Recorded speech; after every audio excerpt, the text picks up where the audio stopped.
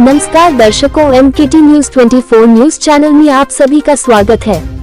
विधानसभा में बजट चर्चा के दौरान विधायक स्नेहा दुबे पंडित ने वसई के विकास से जुड़े महत्वपूर्ण मुद्दे उठाए। महाराष्ट्र विधानसभा में वर्ष 2025-26 के बजट पर हुई चर्चा में वसई की विधायक स्नेहा दुबे पंडित ने भाग लेते हुए क्षेत्र के विकास से जुड़े कई महत्वपूर्ण मुद्दे उठाए। उन्होंने वसई में MIDC और ET हब स्थापित करने, उपजिला अस्पताल के लिए 114 करोड़ रुपए की मंजूरी, पुलिस आवास निर्माण और पंचायत समिति भवन के लिए लंबित 24 करोड़ रुपए के प्रस्ताव को मंजूरी देने की मांग की।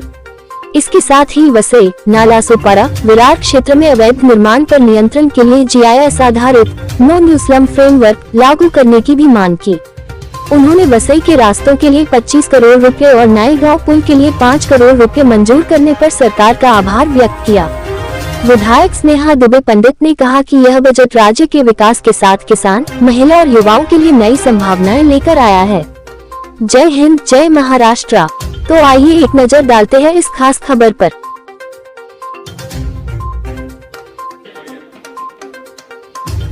धन्यवाद अध्यक्ष महोदय। अध्यक्ष महोदय, माननीय मुख्यमंत्री देवेंद्र फडणवीस साहेब यांनी या सभागृहात जो अर्थसंकल्प मांडला आहे त्याच्या समर्थनासाठी आणि या ऐतिहासिक अर्थसंकल्पाचे स्वागत करण्यासाठी मी उभी आहे। अध्यक्ष महोदय, या अर्थसंकल्पावर माझे विचार मांडताना महाराष्ट्राचे सुपुत्र आणि विकासाचा कणा, प्रशासकीय शिस्तीचा मानदंड असलेल्या माजी उपमुख्यमंत्री स्वर्गीय अजितदादा पवार यांच्या स्मृतींना मी विनम्र अभिवादन करते। प्रशासनावरील अजोड पकड, विकासाची दूरदृष्टी आणि दिलेला शब्द पाळणारा एक करारी लोकनेता म्हणून त्यांची ओळख आपल्या सर्वांच्या मनात कायम राहील। गेल्या वर्षी अर्थसंकल्पावरती भाषण करताना 1 मिनिटामध्येच तालिका अध्यक्षांनी बेल वाजवली असल्याने मला माझं भाषण अर्धवट सोडावं लागलं, पण त्यावेळेला सन्माननीय अजितदादांनी मला पुन्हा बोलण्याची संधी दिली आणि अर्थसंकल्पावरचं माझं भाषण पूर्ण झालं। ही आठवण माझ्या मनात एक पहिल्यांदा निवडून आलेली लोकप्रतिनिधी म्हणून आणि पहिल्यांदा अर्थसंकल्पावरती भाषण करणारी सदस्य म्हणून कायम माझ्या मनात राहील। आणि आज अजितदादांची मला प्रकर्षाने त्यामुळे आठवण होते। अजितदादांच्या स्मृतींना वंदन करून मी माझ्या अर्थसंकल्पावरील भाषणाला सुरुवात करते। अध्यक्ष महोदय, हा अर्थसंकल्प केवळ आकड्यांची जुळवाजुळव नसून पंतप्रधान सन्माननीय नरेंद्र मोदी साहेबांच्या विकसित भारत 2047 या महान ध्येयाकडे जाणारा एक भक्कम पाया आहे।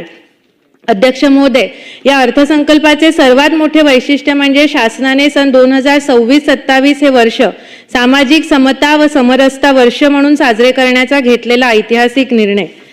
अध्यक्ष महोदय, आणखीन एक मोठं वैशिष्ट्य या अर्थसंकल्पाचं असे की आपण जो सर्वात दुर्बल समाज आपल्या महाराष्ट्र राज्यामध्ये आहे अशा आदिवासी समाजाच्या सर्वांगीण विकासासाठी 21,723 कोटी रुपयांचा निधी सरकारने या अल्पसंख्याकांमध्ये निधीची तरतूद केलेली आहे। त्याबद्दल मी सरकारचे अभिनंदन करते आणि आभारही मानते।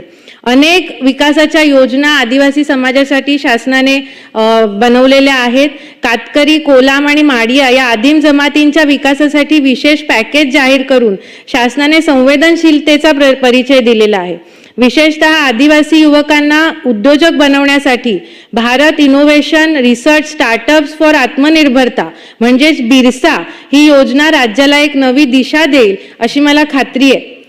अध्यक्ष महोदय, राज्याची अर्थव्यवस्था वेगाने प्रगती करत असताना हा इतका जवळपास 44,000 म्हणजे अनुसूचित जाती आणि अनुसूचित जमाती या घटकांसाठी 44,000 कोटीहून अधिक रुपयाची तरतूद ही या सरकारची सामाजिक न्यायाप्रती असलेली कटिबद्धता सिद्ध करते। अंत्योदय हा केवळ शब्द नसून तो या अर्थसंकल्पाचा आत्मा आहे असं मला वाटतं अध्यक्ष महोदय। आणि हा अंत्योदयाचा उद्देश जर आपल्याला खरोखर पूर्ण करायचा असेल अध्यक्ष महोदय, तर मी ज्या विधानसभेचं प्रतिनिधित्व करते तो पालघर जिल्हा, जी विधानसभा पालघर जिल्ह्यात येते तो आदिवासी बहुल जिल्हा म्हणून ओळखला जातो आणि यामध्ये आदिम जमातीतली कातकरी जमात ही खूप मोठ्या संख्येने राहते अध्यक्ष महोदय। आणि मला आज या भाषणाच्या निमित्ताने नमूद करायचे की जेव्हा एखादं शासन योजना बनवतं आणि प्रशासन त्याची उत्तम अंमलबजावणी करतं त्यावेळेला काय होऊ शकतं अध्यक्ष महोदय। एकात्मिक आदिवासी विकास प्रकल्प डहाणू मार्फत डहाणू तालुक्यामध्ये आदिम जमातीच्या युवकांचे बचत गट करून त्यांच्या विटभट्ट्या चालू करण्याचा एक प्रकल्प सुरू केला आणि त्यातले 2 प्रकल्प, त्याचं एक प्रवीण दामू पवार हा त्या एका बचत गटाचा अध्यक्ष आहे, दुसरा संचित जाधव, या 2 आदिवासी तरुणांनी त्यांची विटभट्टी उत्तम प्रती चालवून दाखवलेली अध्यक्ष महोदय.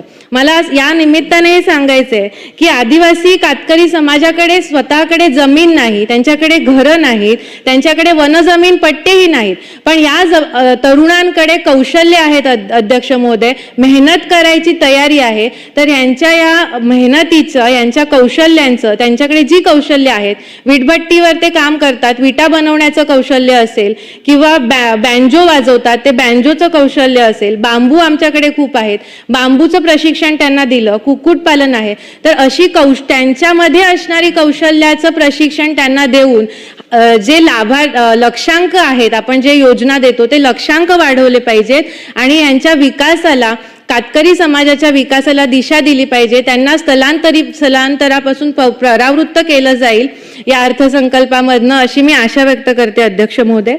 अध्यक्ष महोदय, राज्य सरकारने जाहीर केलेले नवीन उद्योग, गुंतवणूक आणि सेवा धोरण 2025 हे राज्याच्या औद्योगिक विकासासाठी अत्यंत महत्त्वाचं पाऊल आहे. वसई विधानसभेमध्ये जवळपास 25 ते 30 हजार उद्योगधंदे आहेत. मी या आधीही सभागृहामध्ये मागणी केली होती. मी आता जास्त सविस्तर जात नाही, पण पुन्हा मी या निमित्ताने मागणी करते की वसईसाठी MIDC स्थापन करावी, एक IT हब स्थापन करावं. वसईतली 25,000 लोक ही नवी मुंबई आणि मुंबईमध्ये IT क्षेत्रात काम करायला रोजचा प्रवास करतात अध्यक्ष महोदय. त्यांना वसईमध्येच जर IT हब निर्माण झालं तर तिथेच रोजगार उपलब्ध होईल आणि त्यांचा रोजचा इतका जीवघेणा प्रवास जो आहे तो वाचू शकेल अध्यक्ष महोदय. अध्यक्ष महोदय, मी आशा करते माझे 3-4च महत्त्वाचे मुद्दे आहेत, मला पूर्ण करू आपण द्याल अशी. अध्यक्ष महोदय, राज्यातील 30 सप्टेंबर 2025 रोजी पीक कर्ज थकीत असणाऱ्या पात्र शेतकऱ्यांना 2 लाख रुपयांपर्यंत कर्जमाफी देणारी पुण्यश्लोक अहिल्यादेवी होळकर शेतकरी कर्जमाफी योजना जाहीर झाली आहे. त्याबद्दल मी शासनाचं मनापासून आभार व्यक्त करते आणि शेतकरी कर्ज घेऊन जे नियमित परतफेड करतात अशा शेतकऱ्यांना प्रोत्साहन देण्याच्या हेतूने 50,000 रुपयांपर्यंत प्रोत्साहनपर लाभ देण्याची सुद्धा घोषणा मुख्यमंत्री महोदयांनी केलेली आहे. मी त्याबद्दलही त्यांचे आभार मानते आणि अभिनंदन करते. अध्यक्ष महोदय, मी या अर्थसंकल्पामध्ये सन्माननीय मुख्यमंत्री यांनी बहिणींसाठी लाडकी बहीण योजना ही कायम चालू राहील ह्याची घोषणा केली. अनेक चांगल्या योजना महिलांसाठी ज्या जाहीर केलेल्या आहेत आणि त्याचं अभिनंदन करत असताना मला एक गोष्ट नमूद करायची आहे, जी मी महिला दिनाच्या दिवशीही नमूद केली, की अंत्योदय रेशन कार्डाच्या ज्या लाभार्थी महिला आहेत त्यांना रेशनिंग दुकानांवरतीच सॅनिटरी नॅपकिन उपलब्ध करून द्यावेत अध्यक्ष महोदय. ही पुन्हा एकदा मी आज इथे मागणी मांडते अध्यक्ष महोदय. अध्यक्ष महोदय, मुंबई अहमदाबाद बुलेट ट्रेन मार्गातील ठाणे ते तलासरी मधील 3 स्थानकांचे काम फेब्रुवारी 2027 अखेर पूर्ण होणार आहे. बुलेट ट्रेन प्रकल्पाद्वारे निर्माण होणाऱ्या या स्टेशनपैकी विरार, बोईसर आणि ठाणे ही 3 बुलेट स्टेशन्स निर्माण होणार आहेत 2027 पर्यंत. आणि विरार हे स्टेशन माझ्या मतदारसंघाच्या बाजूलाच असणाऱ्या बोईसर विधानसभेमध्ये येतं. वलईपाड्यामध्ये हे स्टेशन निर्माण होणार आहे आणि त्याच्या आजूबाजूचा पूर्ण परिसर हा स्मार्ट सिटी म्हणून डेव्हलप होणार आहे अध्यक्ष महोदय. या सगळ्यासाठी ह्या फक्त त्या एका स्टेशनचा विकास होणार नाहीये, तर त्या एका स्टेशनमुळे पूर्ण वसई, बोईसर आणि नालासोपारा या 3 मतदारसंघांचा विकास होणार आहे अध्यक्ष महोदय. त्यामुळे मी मनापासून सन्माननीय मुख्यमंत्री आणि शासनाचे आभार मानते की त्यांनी ह्या कामासाठी भरीव निधीची तरतूद केलेली आहे अध्यक्ष महोदय. तसंच अध्यक्ष महोदय, मुंबई महानगर प्रदेशात नवीन बेकायदेशीर बांधकाम होणार नाहीत त्याची खात्री करण्यासाठी GIS आधारित मॅपिंगचा वापर करून नो न्यू स्लम फ्रेमवर्क विकसित करण्यात येत आहे. हे फ्रेमवर्क पुढे इतर शहरातही लागू करण्यात येणार आहे. मी अशी आशा व्यक्त करते की वसईमध्ये सुद्धा हे न्यू फ्रेमवर्क लागू होईल, कारण की वसई, नायगाव, नालासोपारा, विरार इथे प्रचंड मोठ्या प्रमाणामध्ये अनधिकृत बांधकाम होत आहेत अध्यक्ष महोदय. यावर नियंत्रण आणण्यासाठी आणि जी अनधिकृत बांधकामं आहेत ती निष्कासित करून त्यांचं पुनर्वसन करून सुनियोजित विकास करण्याची गरज आहे.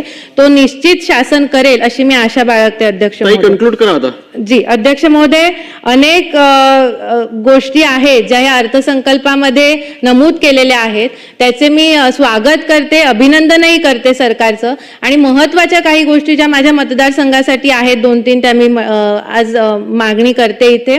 पहिली गोष्ट म्हणजे पालिका होऊन 15 वर्ष झाली, पण इथे एकही स्वतःची महानगरपालिकेची शाळा नाही. जिल्हा परिषदेच्या शाळा महानगरपालिकेकडे हस्तांतरित करण्याचा निर्णय मुख्यमंत्र्यांनी घेतलेला आहे, विनामूल्य हस्तांतरित करण्याचा निर्णय घेतलेला आहे. तर तो लवकरात लवकर हस्तांतरित होऊन महानगरपालिकेला 80% अनुदान देण्याचं आश्वासन सन्माननीय मुख्यमंत्री महोदयांनी दिलं होतं, ते या अर्थसंकल्पामधनं पूर्ण होईल अशी मी आशा व्यक्त करते अध्यक्ष महोदय.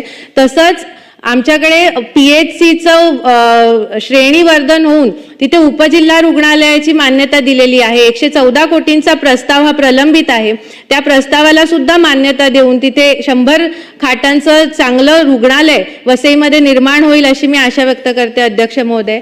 तसंच पोलिसांच्या बाबतीतही या अर्थसंकल्पामध्ये खूप चांगल्या तरतुदी केलेल्या आहेत. पोलीस हा सामाजिक सुरक्षिततेचा कणा आहे अध्यक्ष महोदय, पण आमच्या वसईमध्ये पोलिसांना राहण्यासाठी क्वार्टर्स नाही आहेत अध्यक्ष महोदय. जागा उपलब्ध आहे, प्रस्ताव प्रलंबित आहे. मी या निमित्ताने ही मागणी करते की माझ्या पोलीस बांधवांसाठी राहण्याचे क्वार्टर्स लवकरात लवकर तिथे बनवेल शासन अशी मी आशा व्यक्त करते.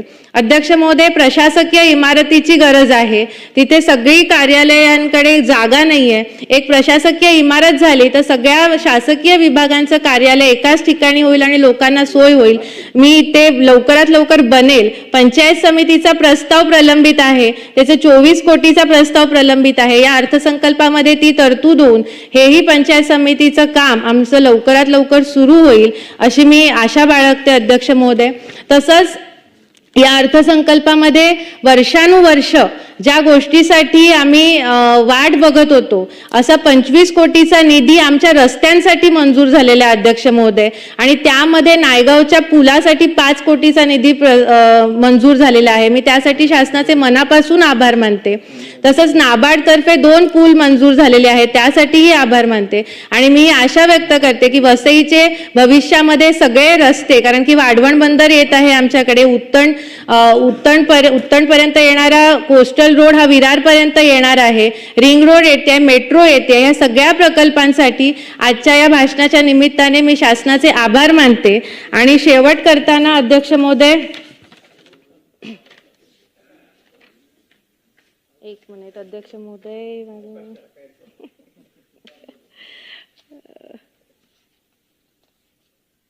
कागद सापडत नसेल तर राहू द्या. मिळाला अध्यक्ष महोदय, राज्याच्या संतुलित विकासाला चालना देण्यासाठी प्रगतिशील, शाश्वत, सर्वसमावेशक सुशासन या 4 स्तंभावर आधारित हा अर्थसंकल्प आहे. आणि कुसुमाग्रजांच्या शब्दात सांगायचं तर वेळ आली आहे आता नवे क्षितिज गाठण्याची, स्वप्नांना पंख देऊन उंच भरारी घेण्याची. अध्यक्ष महोदय, हा अर्थसंकल्प म्हणजे सर्वसामान्य जनतेच्या स्वप्नांना पंख देणारा भक्कम आधार आहे. आणि गोरगरीब, शेतकरी, महिला, तरुण अशा समाजातील सर्व घटकांच्या सर्वांगीण विकासाचे स्पष्ट सूत्र या अर्थसंकल्पातून मांडले आहे. मी पुन्हा एकदा जनहिताच्या या अर्थसंकल्पाचे जोरदार समर्थन करते आणि माननीय मुख्यमंत्री तसंच दोन्ही उपमुख्यमंत्री महोदयांचे अभिनंदन करून माझे भाषण संपवते. जय हिंद, जय महाराष्ट्र.